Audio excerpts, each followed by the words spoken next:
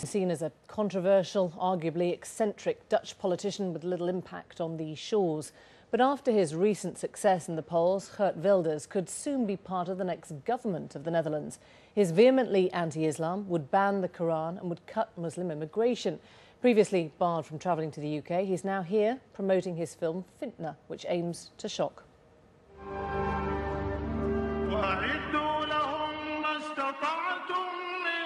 Quranic verse, pious music and grainy images. It could be a militant recruiting video. But Fitna was made by this man, Geert Wilders, to highlight the danger he says Islam poses to Europe. A year ago, our government stopped him coming to London to screen it.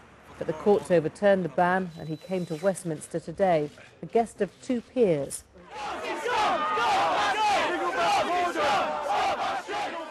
The Anti-Fascist League were not impressed. The right-wing English Defence League wanted strong words. Wilders didn't disappoint. I believe we have enough Islam in Europe today. I believe Islam is a violent and dangerous religion and even a retarded culture. The skirmishes here were small, but in his native Holland, Wilders is a serious political force. Already the second biggest party in the Dutch political capital, The Hague, the Freedom Party is forecast to win a fifth of seats in elections in June. The next time he's at Westminster, it could even be as part of the Dutch government. So what would Holland actually look like if Geert Wilders had his way? I caught up with him in Westminster and asked him just that. The first thing I would do is stop the immigration from Muslim countries. I believe that we have enough Islam in our societies. I have nothing against Muslims, I have nothing against people, but I have a big problem with the fascist ideology that is called Islam. I believe Islam is more an ideology and a religion. It should not be compared to Christianity or Judaism. It should be compared with other totalitarian ideologies because Islam wants to rule and dominate every aspect of life and has no respect for everything that is non-Muslim. Would you repatriate Muslims? No, I would. If Muslims adhere to our laws, to our constitution, they are equal to anybody else.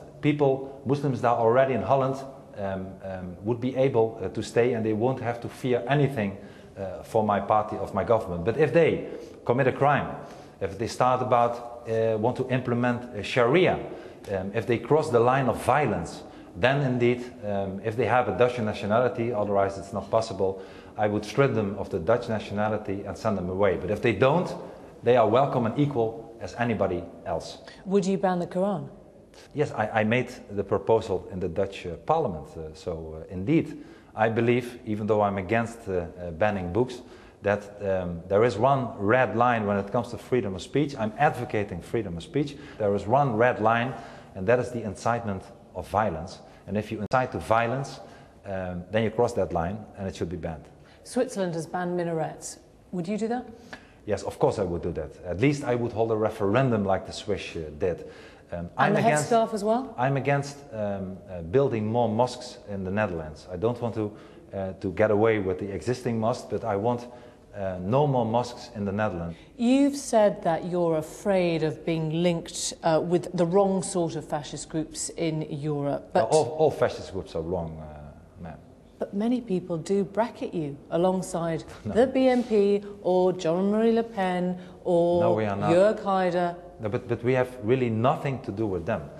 We are Democrats. Once again, we have nothing against people. I don't care what the color of some people's skin is, whether they are black, brown, blue or grey, I don't care. Let me pick out a verse. A son who will not obey his parents should be stoned to death to rid them of this evil. Is that abhorrent?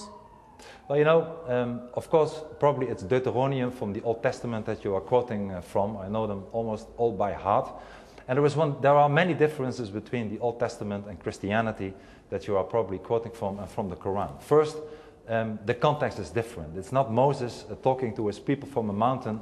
It's Muhammad, it's Allah who is ordering people to act in any possible time according to his words. The Old Testament, as you know, was followed by a more moderate New Testament. There is no new Quran. There was an enlightenment process in Christianity, but these are which still has never the words happened of God, whether it's there. the Quran or whether it's the Bible. No. They're the words of God and they're open to interpretation. And you know that the vast majority of Muslims in this country and in your country are law-abiding and want peace.